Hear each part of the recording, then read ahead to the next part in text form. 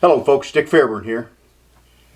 This week I'm going to leave SIG alone, let that controversy mature a little bit more before I throw in my 2 cents. Today I want to talk about something that isn't, but I think should be. A cartridge that has kind of died out, but the potential is so tremendous, I really think we ought to look at it. And that cartridge is the 9x23 Winchester. Or as I kind of like to give it a nickname, the 9mm+p+++. Now, this story starts out with the .38 Super cartridge, introduced in the Colt government model in 1929. The second cartridge ever chambered for the venerable 1911 pattern pistol, like this Commander that I'm going to talk about. It became popular with law enforcement during the 20s and 30s, 100 years ago, because it had higher velocity than the .45 ACP, about 1,280 feet per second. And it did a better job at penetrating car bodies and glass in the days of the vehicle-mounted gangsters touring around the country. Now, in the late 1970s, gun guru Jeff Cooper decided he wanted to hot rod the .38 Super. He thought this would be a great cartridge for just a trail gun, carrying it out in the woods or hunting small to maybe medium-sized game. So he had a lightweight Commander, very much like this one, and you can see this one is unloaded. He had that lightweight Commander built up using a 6.5-inch bar stow barrel for the .38 Super. So it stuck out about to there. He was going for maximum velocity. He also had it cut to headspace on the mouth, and I'll tell you why that's important a little bit later. So stick around. I'm going to tell you why the 9x23 deserves to make a comeback as a self-defense cartridge that will rival the .357 Magnum, which was always said to be one of the very best police sidearm rounds back when us old-timers carried those guns that went round and round instead of back and forth.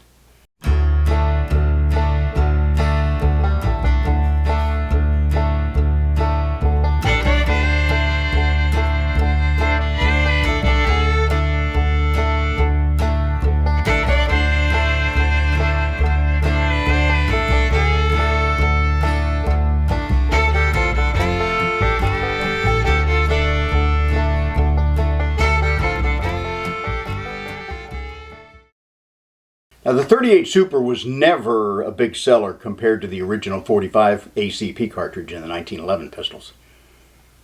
And it very nearly died after, well, let's say World War II. But it's always been very popular in Latin American countries and some European countries, because in those countries, military handgun cartridges are banned. So cartridges like the 9mm and the .45 ACP were prohibited for civilian ownership. That left, if you wanted to carry a government-style pistol, that left the .38 Super. Now, as I said, Jeff Cooper wanted to hot rod the .38 Super, but when he tried to do that, he found out that the .38 Super case was very poorly designed in a couple of different ways. First, it has a semi-rim, so it actually sticks out a little bit beyond the body of the case. Now, I have no idea why it was designed that way. That rim was meant to headspace on kind of a ledge on the barrel hood of the pistol. But tolerances being what they are, it would often slip off that ledge and deep seat a little bit. The other problem was internal. The .38 Super case was designed much like a revolver case. Straight walls that go down to the base where the primer sits, and very little thickening, almost no thickening at the base, which means the unsupported part of a case in a semi-auto pistol occurs right above the feed ramp. There's a section in here right above the feed ramp that is not supported by steel. And when you start building pressures in a very weakly designed case like that .38 Super, the case can blow out. Now, I've done that a couple times. Cooper did it a few times. It's not a lot of fun. There was a guy named George Nante, Major George Nante. He was a retired Army Ordnance Officer. He was writing for Shooting Times magazine at the time. He knew Jeff Cooper, and he said, hey, if you want to hot rod that round, you know what you really ought to do is cut 223 rifle brass. The head is a little bit smaller. You're going to have to tinker with the extractor to get it to drag those cases out of there. But they're extraordinarily strong over the feed ramp. I don't think they're going to blow out. Now, I said that Cooper also had his Barstow barrel chambered to headspace on the mouth of the case, not that semi-rim.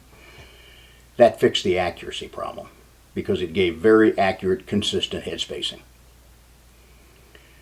So Cooper played with the powders of his day in the late 70s, and he, in that 6.5-inch barrel, he was able to get 90 grain hollow point bullets up to almost 2,000 feet per second. Now, if you pay attention to terminal ballistics, whether you're talking about Jeff Cooper or the Thompson-Lagarde tests,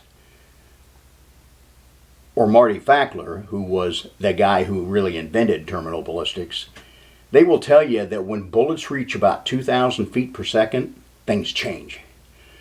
That's kind of a magic velocity where the temporary cavity effect that you see in gelatin shots begins to turn into permanent cavity and greatly increase the wounding capacity. Now, in my testing in water, I'm not sure that 2,000 feet per second is an absolute line. I think it kind of starts at about 1,700 feet per second and builds up. So when you get into the range of 1,700 to 1,800 feet per second, things change. Now, Cooper wrote this up for an article in Guns and Ammo magazine. I thought it was so cool that I had Dick Heine, the 1911 pistol smith, who lived very near me and was a good friend, I had him build up a 38 Super Slide. And I said, can you get me a new 38 Super Slide, fit up a Barstow barrel, use it on the same frame, don't have to buy a whole new pistol? And yeah, that's not a problem. He could do that. So we did it. Now, I knew I was going to be using 223 rifle brass for hot loads, but I went ahead and tried a few 38 Supers. And as I should have known better, when you started to jazz things up, it would blow out over the feed ramp. Now, when that happens, you blow the magazine out and often wreck the magazine. If it has traditional wood grips like mine did, it will split them, put some splinters in your hands occasionally. Makes the frame feel like you hit a major league hardball with a bat and stings like hell. Bad thing. So I put some Pacma rubber grips, which had steel inserts in there to protect that. Tried it again, blew another case, and I said, okay, that's it. I got to start cutting 223 rifle brass. Now, I got a shorter barrel, 4¼ inches, not 6.5, but I was still able to get 125 grain hollow points over 1,500 feet per second. 90 grainers over 1,700 feet per second, quite a bit over 1,700.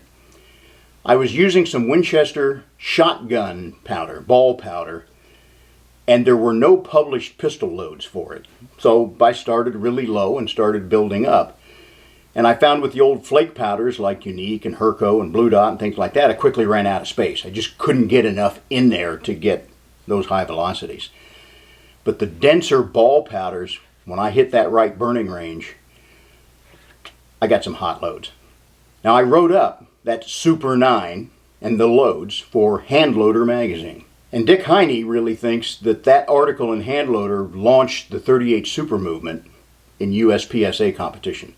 Some other folks had already looked at the 38 Super, but they weren't sure what to do with it, and they didn't understand the case problem that had been fixed by Jeff Cooper and George Nanti. Now, for competition circles, the 38 Super, loaded up to its potential, had 3 advantages. First, you get a couple more rounds in the magazine. Instead of a 7 or 8 for a 45, you could get 9 or 10 of those 38 Super cases. It had higher working pressure, and a lot of the guns in USPSA unlimited competition were gaining compensators on the end to cut down recoil and muzzle rise. The higher the pressure curve in the cartridge, the more effective that compensator will be. So a 38 Super with really hot loads worked more efficiently than a 45 at much lower pressure. And the third advantage was you could make major scoring. If you're familiar with USPSA or IPSC competition, it's broken down into major cartridges and minor cartridges. Now, if you hit in the center, they all score the same, but as you go out from the center, the minor cartridges are penalized more for a hit away from the center. So making major gave you better scoring advantage. It's just that to make major prior to this, you had to use a 45.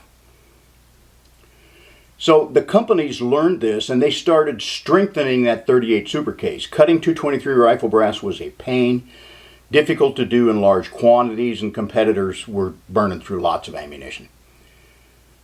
So when they beefed up the base of that 38 Super case so that it wouldn't blow out as easily over the feed ramp, they changed the terminology, really. They started calling it a 38 Super plus P. And part of that was also the fact that these cartridges could be put in a very old antique Colt pistol that fired the original 38 ACP cartridge. Same exact dimensions, but much lower pressure. Okay, in '29, when the 38 Super was developed, they just took the same cartridge, jacked in more pressure, and now we're jacking in even more. Now when they changed it to 38 Super plus P, the factory ammo available in that cartridge didn't really get any hotter. So it isn't really a plus P like you would think of with the 38 or a 9mm. That's sort of designated as a stronger case. And that's what the competitors needed. But even with those beefed up 38 Super cases, really hot loads would often bulge the case over the feed ramp. It might not blow out, but it would bulge it. So this is still not a good show. That, I think, is one of the reasons that ramped barrels came into being for the 1911, where you had to mill a slot in the frame. Instead of using the two-piece feed ramp, which has the frame ramp feeding into the barrel ramp, now we have a one-piece integral.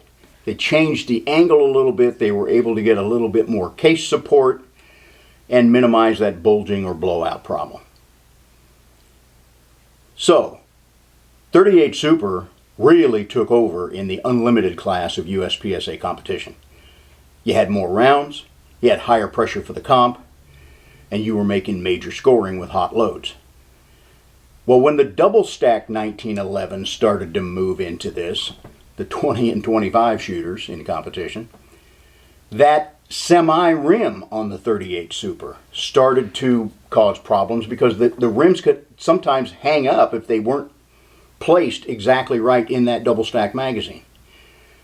So then we saw places like Starline Brass start taking that rim off. Now they didn't take it clear off, but they minimized it quite a lot so that it wouldn't hang up in the magazine. And those are the 38 Super cases you can generally get your hands on nowadays, and they are typically marked 38 Super Comp, meaning they're for competition. And they are also stronger than the original design. Now about this time, a guy named John Rico of CP Bullets, he got a patent, 1992, for a whole new 9mm cartridge that he called the 9x23 Super. Now the 9mm Luger is a 9x19 in European terminology, 19 millimeters long. This is 23mm long case, which means it will not fit in a pistol designed strictly for the 9mm. We have to have a 45 length action, but that's okay. The IPSA competitors were using 1911 variations, plenty of room. So he got the patent for the cartridge. He had Winchester make him the brass. And he was going to go forward now with a really strong case, do away with that semi-rim, and fix all the problems with the 38 Super and become, in his opinion, the ultimate unlimited USPSA competition cartridge. Winchester took his idea after they made the brass, modified it a little, strengthened it even further, and they released it in 1996 as the 9x23 Winchester. Problem was, Rico had a patent for an almost identical thing. Litigation ensued, as you might imagine. That kept the 9x23 Winchester from getting out very far until that litigation was settled. And Rico eventually won the case with his patent. But now, the Winchester's design, the 9x23 Winchester, was free to run. But it bumped into a problem. During this time frame, USPSA had lowered the power floor for major scoring in unlimited competition, meaning we didn't have to have as much power as we did before, so we don't have to load those 38 Supers as hot. In fact, some guys were making major scoring with super hot loads in 9mm Lugers under those new rules. So the 9x23 became an answer to a kind of a non-existent problem. And it didn't go very far. But what was it offering outside of competition?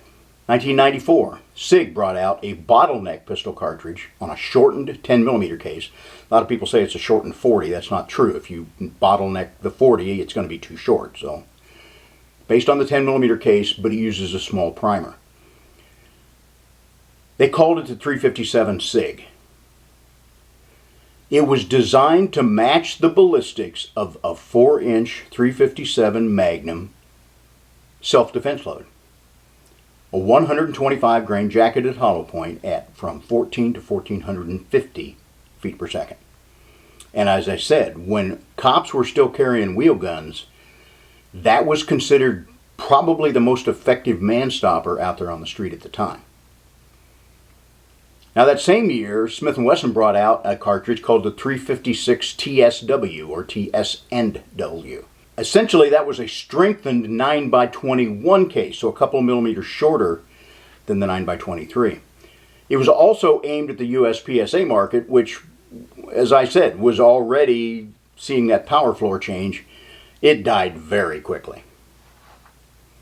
But the 357 SIG did what it was designed to do.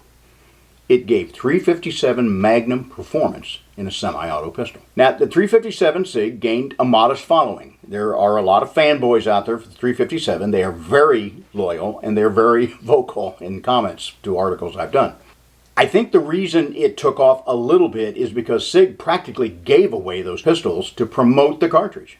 Agencies that used it include the Federal Air Marshals and 4 state police agencies around the country. To my knowledge, they've all dropped it now. I predicted when this happened, when the 357 SIG and the 356 TSW came out, I was contacted by Guns and Ammo magazine, wanted to know if I wanted to review one of them for one of their one-shots that come out, handgun special for the year or something like that. Well, I drew the short straw and got the Smith & Wesson variation, the 356 TSW. I was not impressed. I took it down to the state police range, let a lot of people play with it. Nobody there was really that impressed. It would fit in a standard 9mm size pistol. It just operated at a lot higher pressures. The SIG 357 got assigned to another writer, which I thought if one is going to work, it's going to be the SIG. Yet, at the same time, I kind of predicted that a bottleneck design cartridge case for a pistol would never last. There have been several in the United States, and they never did really go very far. I was semi-wrong. The 357 did last for a while. But now both SIG and Glock have dropped 357 SIG caliber pistols from their offerings. I think that sealed the fate of the 357 SIG, but really it was ammo prices that drove it down most of all. That's why the police agencies had to go away from it. It was just too expensive to shoot. All right, so the 9x23 in a long-action pistol can easily match the performance of that 357 SIG, which means it matches the performance of a 4-inch 357 Magnum revolver with that 125 grain load. Many custom-built 1911 pattern pistols have been built to fire the 9x23. And to me, one of the coolest things about the 9x23 is I didn't have to get a new barrel. It is essentially the same size within a few thousandths in length. It's essentially a 38 Super size case. And it will fire in almost every 38 Super chambered barrel. No problem. I'm going to show you sectioned cases to show you how they've strengthened that. What the 9x23 is, essentially, is the same as that .223 rifle round that Cooper started cutting and I picked up from there. To show you the difference, the 357 SIG, the SAMI specs for pressure on that round, maximum average pressure, is 40,000 psi. SAMI specs for maximum average pressure on the 9x23, as loaded by Winchester and a few other companies, is not 40,000 psi. It's 55,000 psi. That's rifle pressure. So using 9x23 brass allows me to duplicate the Super 9s without having to cut down the rifle brass and ream it and do the other steps necessary to convert it. It's as strong as that old .223 brass, but it's factory made and ready to go. Now, Winchester still offers 9x23 ammo, as well as several boutique loaders like Underwood, Corbon, Buffalo Bore, probably others. Winchester 9x23 brass is getting hard to find. I suspect they haven't ran it for probably quite a while. Starline Brass does make a 9x23 Winchester case, but the people I've talked to who have used it say it's not quite as strong as the Winchester stuff. Probably strong enough for what most of us want to do with it, but the Winchester stuff is a cut above. So in a well-built 1911 pistol using Winchester brass, that 357 Magnum load, 125 grain jacketed hollow point again at hopefully upwards of 1450 feet per second. A lot of the 357 loads barely crack 1400. But those ballistics are easy to achieve in a 1911, especially one with a 5-inch barrel. As I said, you don't have to make any modifications to your 38 Super, as long as it's a well-built pistol, not an old with the original factory barrels which tried to headspace on the rim. So it's a modern strong barrel, cut the headspace on the mouth. 9x23s will fit and work in every one I've tried so far. There may be a few variations out there that won't. The 9x23 is a slightly tapered case. The 9mm Luger is a slightly tapered case. But it doesn't seem to cause a problem in the 38 Supers that I've tried. Now recently I spent some time on the range with Richard Heine, my pistol smith buddy, who is a legend in building custom 1911s. He let me kind of dip into his stash of 9x23 brass, and he let me look at some of the 9x23 pistols that he has built, and he loaned me one to play with. When we got to the range to chronograph loads, he brought others as well. But the one he loaned me, in particular, struck me as the ultimate concealed carry pistol. It combines the shorter officer's model grip, so a couple rounds less than the magazine, with a 4-inch slide and barrel, so slightly longer than the 4 1/4 inch Commander. Instead of a bushing, it is the bowl type barrel that wedges into the slide as it closes. That combination of a slightly shorter slide, a slightly shorter grip frame, and it was built on an aluminum alloy Springfield Armory frame, so it's lightweight. What a carry pistol. So I recreated some of my old Super 9 ammo in modern 9x23 casings. Dick Heine joined me on the range, and we chronographed both my loads and a couple different variations of Winchester factory ammo. Now Dick brought 2 more, so we had 3 of those 4-inch slide officer's model frames on hand, plus my lightweight Commander with a 4 1/4 inch barrel. And he also had a 5-inch steel frame 9x23. So we got a good measure of what these loads can do over the chronograph. Now I like that little alloy frame pistol that he had loaned me so much I tried to buy it from him. And the price on those kind of pistols takes my breath away. But I offered him a couple of trades to throw into that mix, and he's thinking about it. We haven't cooked up a deal yet. Now my everyday carry in my pocket almost all the time is a Kimber Micro 9 pistol. Carry it in the front pants pocket. It's a little smaller than most people like. It shoots really well for me. It's very easy to conceal. Carry, sometimes you get to the point where you don't even know you got it. If I'm wearing winter clothing with a jacket, I can cover up a belt holster a lot easier. And this pistol, my Colt Lightweight Commander, often replaces that Kimber. If I'm going to a large city, so I'm leaving Mayberry for a place that's potentially much more dangerous, it's typically this 45 with a couple of spare magazines. But what if I had this pistol with my 38 Super Slide, 9x23 loads that are performing 357 Magnum kind of ballistic performance? And to show you how versatile this is, this 45 frame, and the feed ramp is different. There are tricks to fitting a 9mm size or 38 Super Slide to a 45 frame, but Heine mastered that quite easily. So I have 2 slides, one for 45 ACP, one for the 38 Super.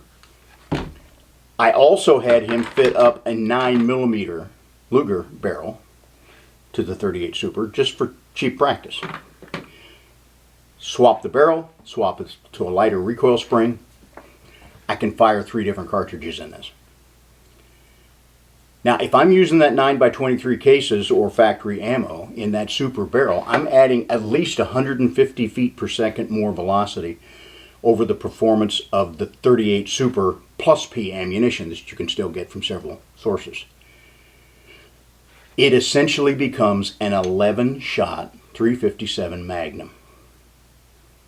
That's a heck of a stopper on the street. With that custom 4-inch slide on the officer's frame, an alloy frame that's lighter, it's a bit lighter, it's a bit smaller, and therefore easier to conceal than this Commander. And while I haven't put a lot of rounds through it yet, it's very shootable. Recoil of those hot 9x23 loads, those essentially 357 Magnum loads, it doesn't feel the same as a 45. I think it's a bit faster recoil, a little bit sharper recoil, but I would say it is no more in terms of foot-pounds of recoil than a 45 load in this same kind of pistol. It's very shootable. Now, there are companies out there making semi-custom 1911 pistols now. They come with good sights, they can come with really good barrels, beveled magazine wells. They're not a hand-built gun like you would have gotten from Hogue or Swenson or Heine. But, you know, those old guys are about gone now. The days of hand-built 1911s, it may not be over yet, but it's getting close. So now with Wilson and other companies, including Kimber, even Rock Island Arms, you can get some decent pistols ready to go from the factory at some very reasonable prices. I have not handled the TSOS pistols from Turkey, but I've heard a lot of good things about them. There's no reason those companies couldn't bridge the gap between custom and stock and give us a very practical 9x23 concealed carry 1911 pattern pistol at a very sensible price. And the ammo is still out there. It's not huge. There's not a huge supply of it. You got to look for it. But it's still there. And if the demand were to grow, then the ammo supply would grow as well. Even that officer's frame is still going to give me 8 rounds in the magazine, 1 more in the chamber. And I can stick in a full-size 10-round magazine as a reload. Now, I think that 9x23 may be the ultimate concealed carry pistol. It gives you the ballistic performance of that 357 Magnum load, and if you're talking about a full-size frame, almost double the round count. When we chronographed the Winchester factory loads, they honestly met that standard, 125 grains at 1400 to 1450 feet per second. In the 5-inch gun that Dick Heine brought, this Winchester load hit exactly 1500 feet per second. I matched that performance in my hand loads using 124 grain jacketed hollow points and Hodgson's HS6 powder, which is almost identical, if not identical, to the old Winchester 540 ball powder that I used back in the 80s to work up my Super 9 loads. One of my test loads with that 124 grain bullet out of this Commander clocked 1531 feet per second. Now, it was definitely at the maximum of where I want the pressure to be, but that's almost 100 feet per second beyond the numbers we were looking for. So the 9x23 with modern powders has even more potential, I think, than what Winchester's loading it to. To see the difference in performance, I shot, these are Hornady XTP bullets. I shot one from a Black Hills Ammunition plus P load and my hand loads that are going about 1450. Same bullet, 2 different velocities. And I'll show you the difference in performance in my water jug test protocol. All right, this is Winchester factory ammo, 124 silver tip, 9x29.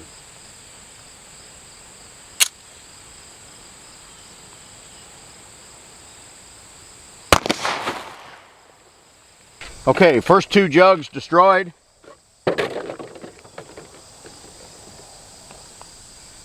Third jug has got a hole. Projectile is in jug number 3.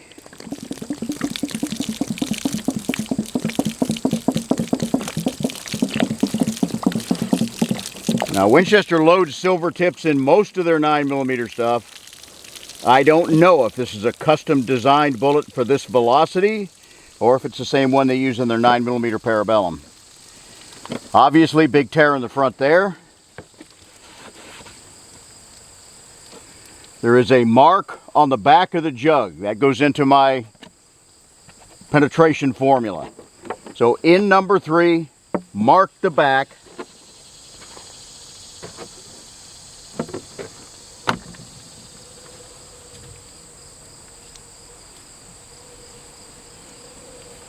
Did not mark the back of jug number 4. So in number 3, mark the back. We'll run the numbers on that for you.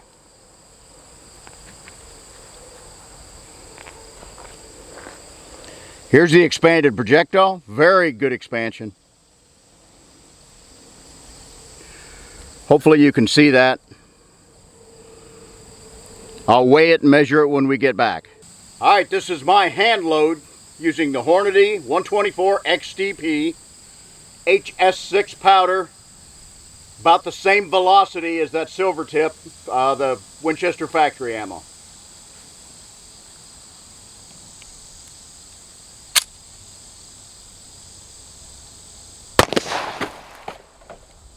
Once again, the first 2 jugs destroyed. Number 3 is obviously leaking.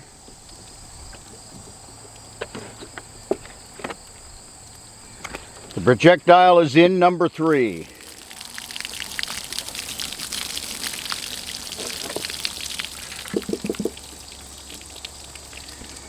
Obviously broke the back of number 3.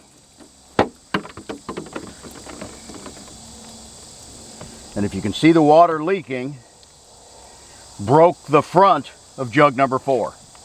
So broke the front of jug number 4, blowing off some fragments. Not as big a mushroom. I'm sure there's probably more material blown off of this XTP. Again, I will weigh and measure when I get back to the office. 124 XTP from a 9x23. All right, this is Black Hills Ammunition 9mm Luger plus P using that same Hornady 124 XTP hollow point. Much lower velocity.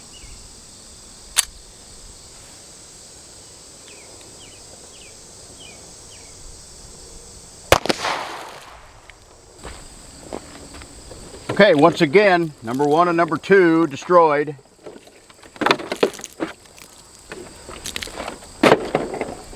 Definitely a hole in number 3. Leaking water out the back of number 3. Projectile is in number 3. So not all that much difference in penetration. We will run the numbers.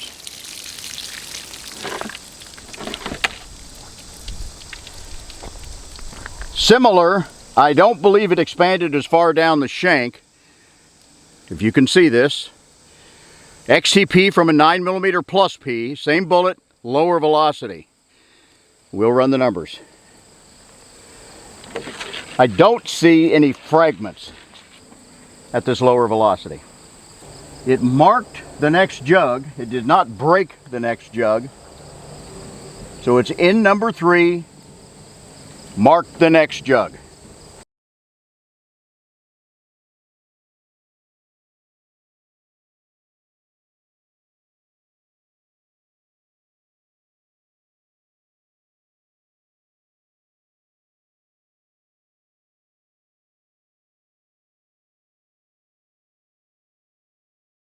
Now I'm going to keep doing load development. I want to see just what I can get out of this with the modern brass. And I'm going to use some powders that were not in existence back in the 80s. And I think that 14 to 1500 feet per second that I'm getting out of this Commander, I think I can get even more. I'm going to try 90 grain XTP hollow points. And why am I using the Hornady XTPs? Because you need the toughest 9mm bullet on the market. These are going so much faster than the 9mm Luger. They're way beyond the design specifications for those bullets. If the 9x23 becomes a big thing, it's no problem for those companies to redesign their bullets to match those velocity ranges. But what might be the ultimate self-defense load in a 9x23? The Lehigh Defense bullets, the fluted solid copper projectiles. They're available from several companies. Underwood makes a lot of them. Lehigh makes ammunition on their own, and Black Hills Ammunition sells them as their Honey Badger line. Now, some terminal ballistics folks think the flutes are a gimmick and that these are really nothing more than just a fancy-looking full metal jacket bullet.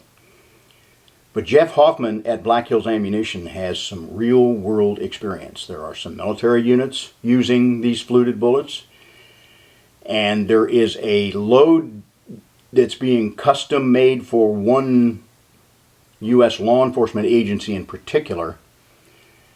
It's using a 68 grain 9mm bullet at a very high velocity. There have been people shot with that load in that police department, and the street record is very impressive. It may be possible to get that 68 grain fluted bullet stepping out at almost 2,000 feet per second from a 5-inch 1911 barrel. That's that magic velocity. That's that velocity where temporary cavities become permanent cavities and damage gets magnified very much. Even in my Commander, I think I can easily get up to 17, 1,800 feet per second or more. So we're getting into that threshold of wow kind of stopping power. I'll report back when I do more load development. And I'll let you know if I'm able to get my hands on that little carry gun from Mr. Heine. 9x23. 9mm plus P plus plus plus. I may be peeing in the wind, but I think the potential is there if somebody wants to make a pistol. More to come. Folks, if you like these videos, I hope you will subscribe or resubscribe as needed. Give me a thumbs up. Whatever you do, whatever you carry out there, y'all be safe. Okay, we got them both here now. You ready? Bud got one. Ginger got one.